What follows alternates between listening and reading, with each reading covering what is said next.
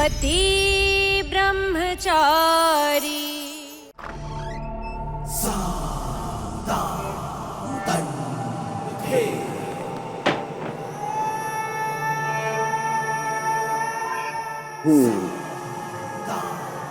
आंखों में दिलकशी, होठों पर गुलाब सजा के आई है। नहीं नहीं नहीं नहीं, नहीं। सिर्फ शायरी की सौगात ही लाए हैं या फिर गुलाब सिंह जी अपनी दुल्हन के लिए कोई तोहफा भी लाए हैं? अरे बंसी, तोहफे लेकर आओ।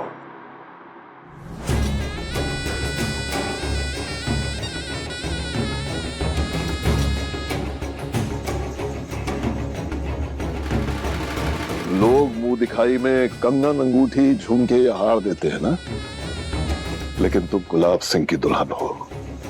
गुलाब सिंह की सिर्फ यही नहीं, बल्कि उस जौहरी की पूरी दुकान आज से तुम्हारी हो गई।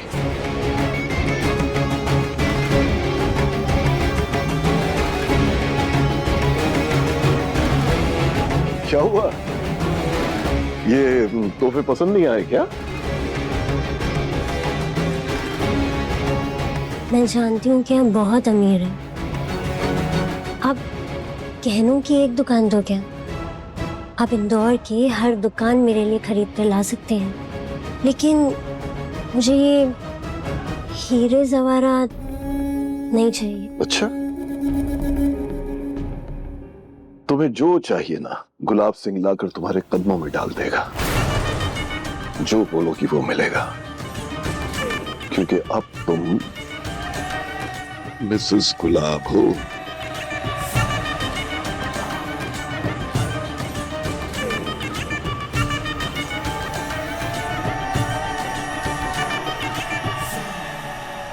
मुझे बस एक बेशकीमती चीज चाहिए।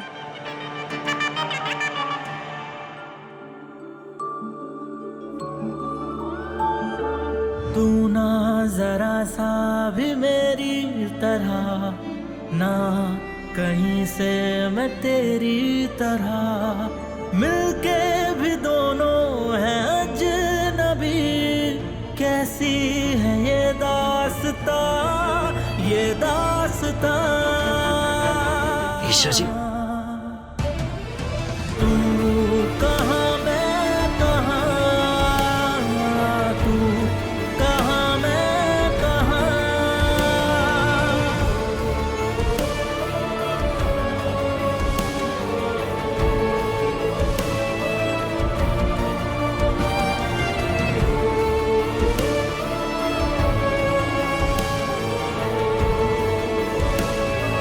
वो कोई भी फैसला कोई इमोशन में आकर नहीं लेते। उनके हर फैसले के पीछे कोई ना कोई मकसद, कोई ना कोई फायदा, कोई ना कोई चाल जरूर छुपी होती है। शादी से पहले मैं दुल्हन से मिलूंगी। अगर अपनी रजामंदी से शादी कर रही होगी तो मुझे कोई दिक्कत नहीं, लेकिन वो जबरदस्ती किसी के दबाव में आकर शादी कर रही होगी तो मैं शादी को रोकूंगी।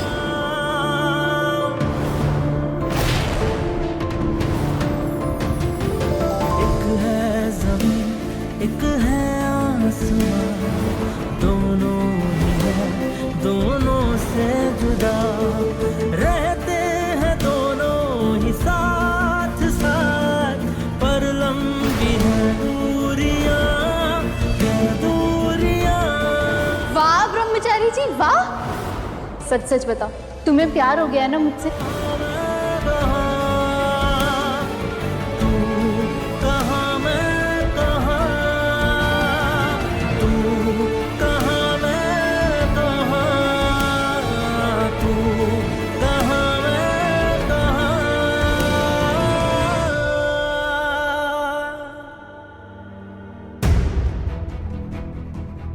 ईशा जी,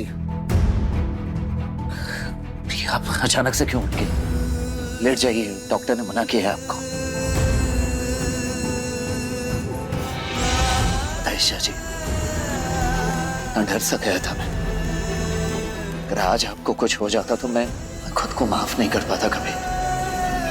भगवान का शुक्र है कि आप ठीक है। क्यों इतनी फिक्र अब क्यों हो रही है? मैं अच्छे से समझ सकता हूँ ईशा जी। कि आप पर क्या बीत रही है। विद्या और बाबूजी की शादी, सच कहूं तो मुझे भी यकीन नहीं हो रहा है कि विद्या इस हद तक जा सकती है।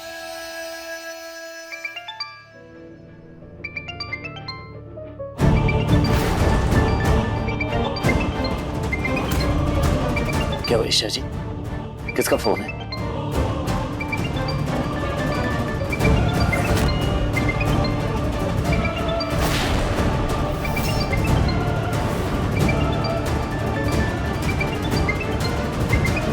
ईशा बेटी, मैं जानती हूँ तुम बेटी सुनकर चौंक गई होगी ना।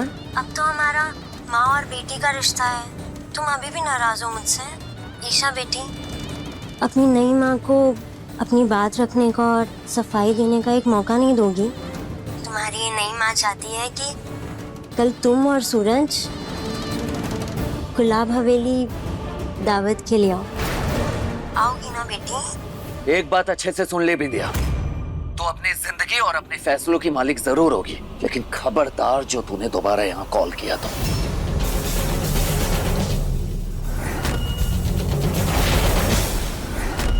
सरजू, मेरी बात सुन।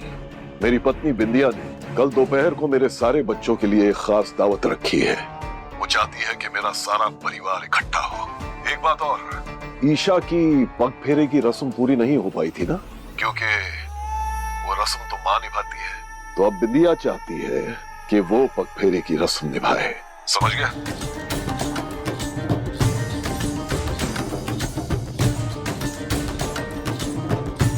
उम्मीद है तू अपने बाबूजी की बात नहीं टालेगा सरजू। कल आ जाना। लीजिए श्रीमती जी, हो गया तुम्हारा काम।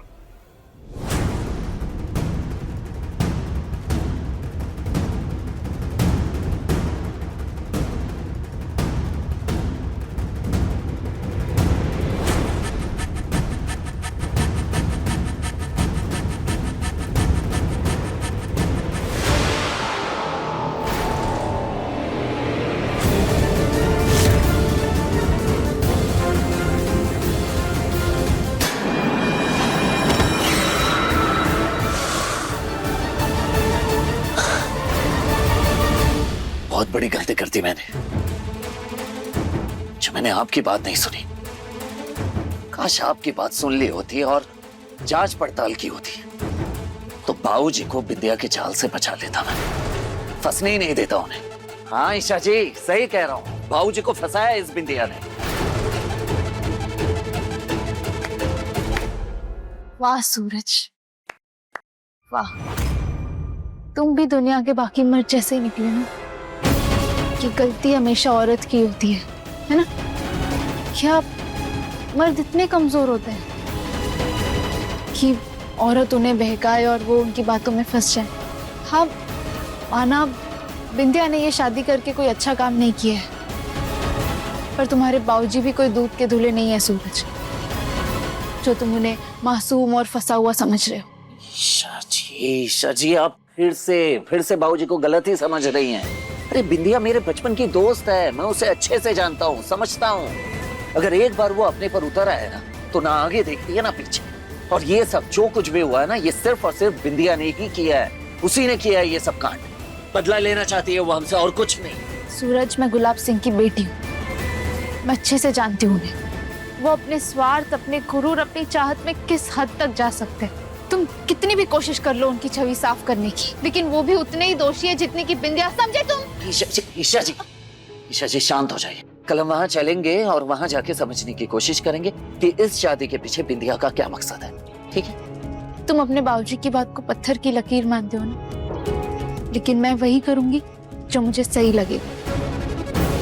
मैं कहीं नहीं जाने वाली, ठीक है?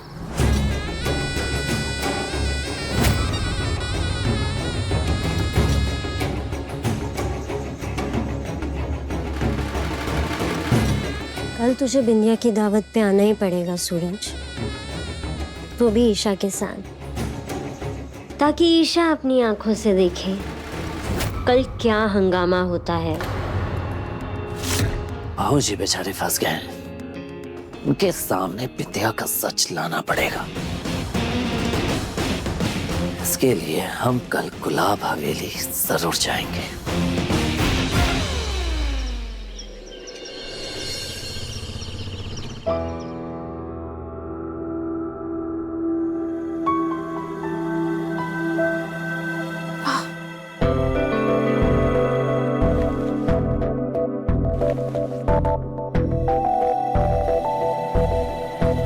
ईशा जी कहाँ चली गई?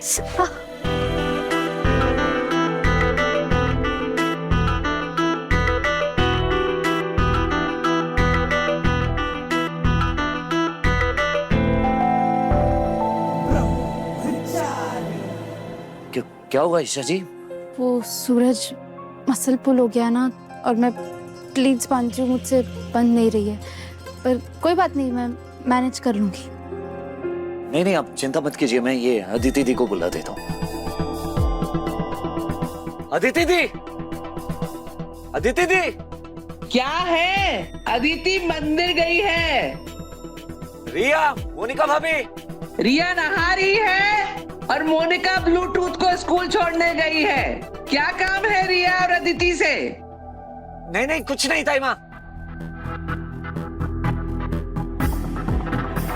कोई नहीं है, ताई माँ के घुटनों में दर्द है, पर कमरे तक आने में उन्हें तकलीफ होगी। ईशा जी, कोई बात नहीं है, ये लाइए, मैं मदद कर देता हूँ। नहीं सूरज, तुम रहने दो, मैं कर लूंगी, बस हो गया। मैं कह रहा हूँ ना ईशा जी, दीजिए दीजिए दीजिए।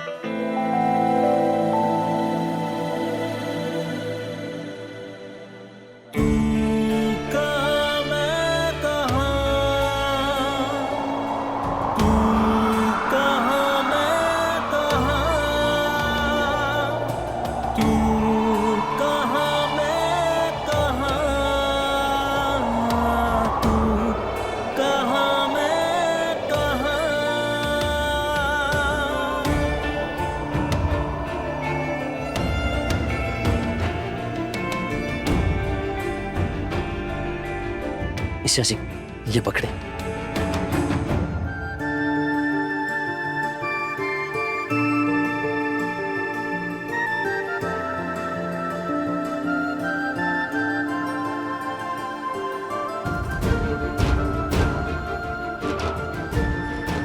थैंक यू सूरज।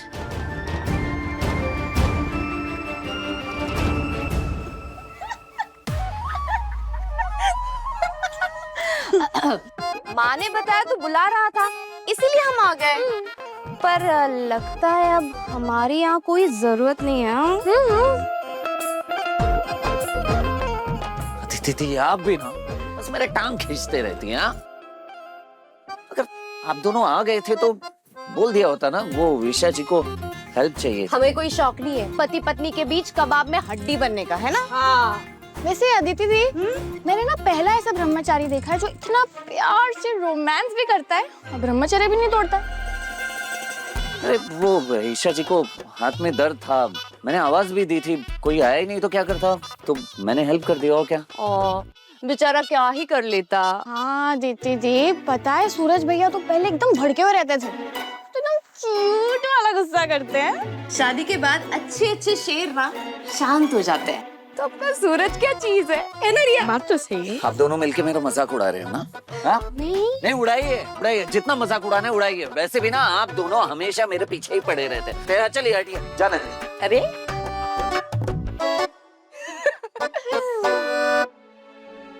ईशा, तुम ठीक हो ना?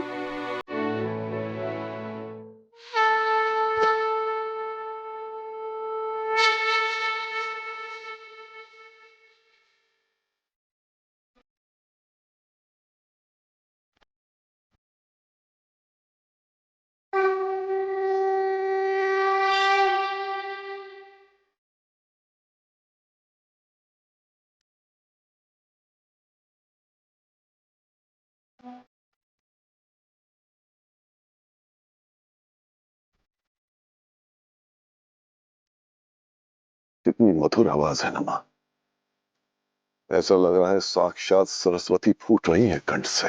हाँ।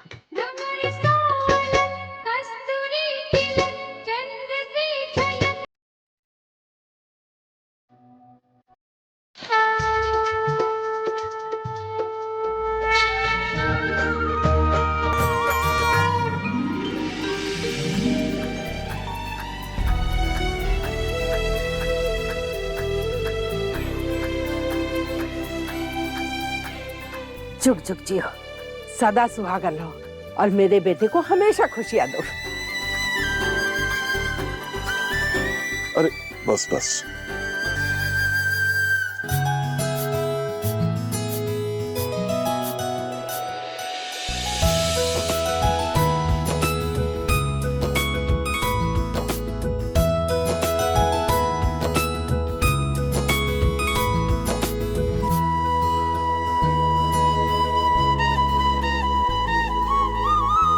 तुम दोनों बहुओं को ये तमीज सिखानी पड़ेगी कि अपनी सास के पैर छुओ।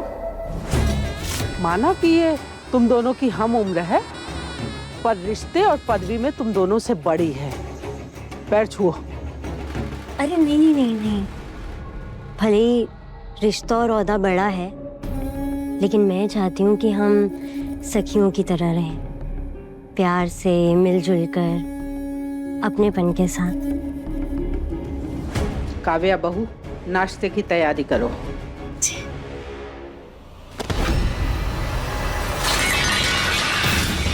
Sorry sorry sorry.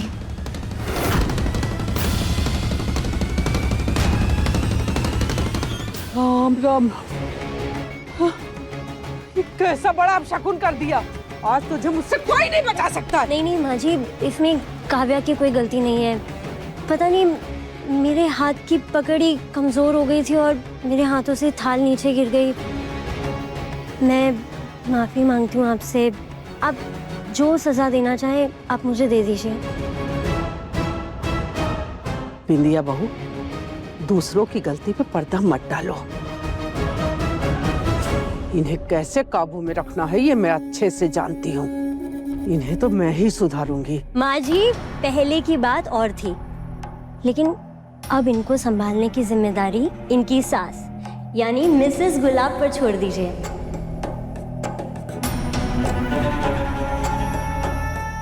विद्या ठीक कह रही है माँ। अब तुम्हें अपने कंधों से घर की जिम्मेदारियां उतार कर बिंदिया को दे देनी चाहिए और आराम से अपना जीवन बिताओ। मुझे बिंदिया पर पूरा भरोसा है, ये हमारे घर में आई अव्यवस्था को धीरे धीरे बिल्कुल ठीक कर देगी।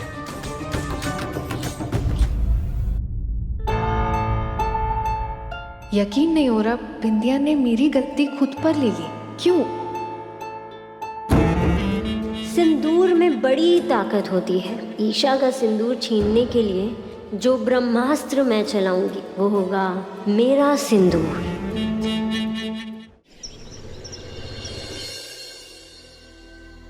चल चल चल चलो, सारे काम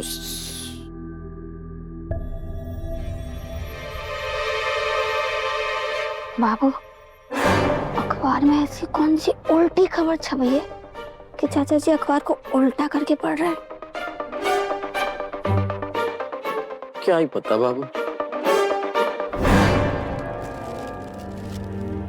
अरे तू क्यों उठे बिस्तर से? डॉक्टर ने मना किया था ना तुझे उठने के लिए।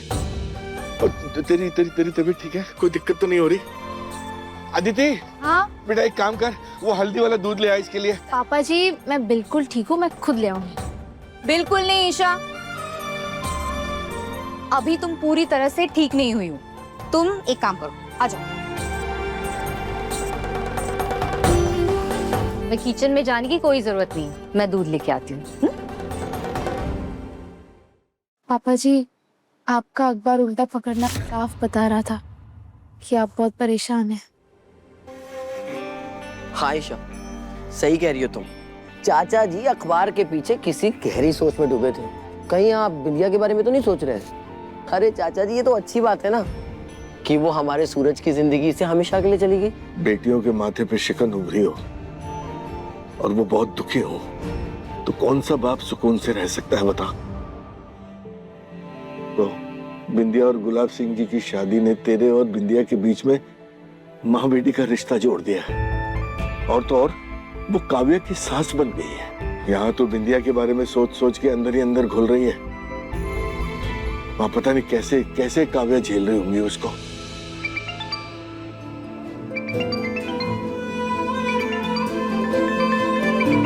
अरे काव्या का फोन है, एक मिनट में स्पीकर पे डालता हूँ।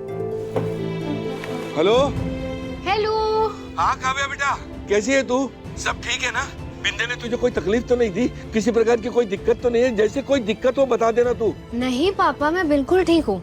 हाँ आई नो, आप लोगों की तरह ना मैं भी बिंदिया को लेकर बहुत स्ट्रेस में थी, मगर आज पता है एकदम ही अलग बात हुई। आज बिंदिया ने दादी के सामने मेरी साइड ली, जबकि गलती मेरी थी, मगर उसने खुद पे ब्लेम लिया और मुझे बचा लिया। अजीब बात है, मैंने एक्सपेक्ट नहीं किया था। हे भाग्य बिहारी, विद्या ने मुझसे वादा किया था कि वो काव्या को बिल्कुल परेशान नहीं करेगी। चलो, उसने अपनी जुबान की लाज तो रखी।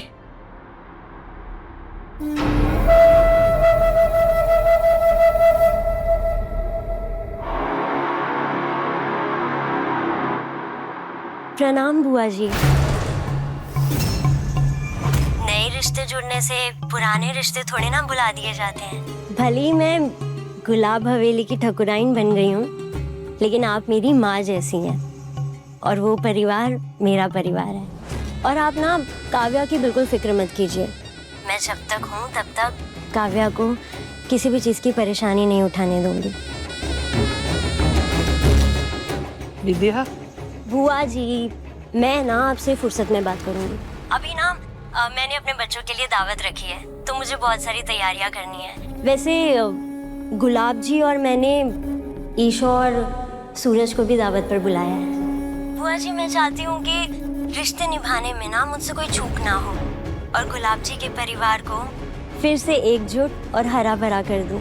इसीलिए मेरी बस आपसे एक ही विनती है कि आप ईशा और सूरज को दावत पर जरूर भेजिएगा।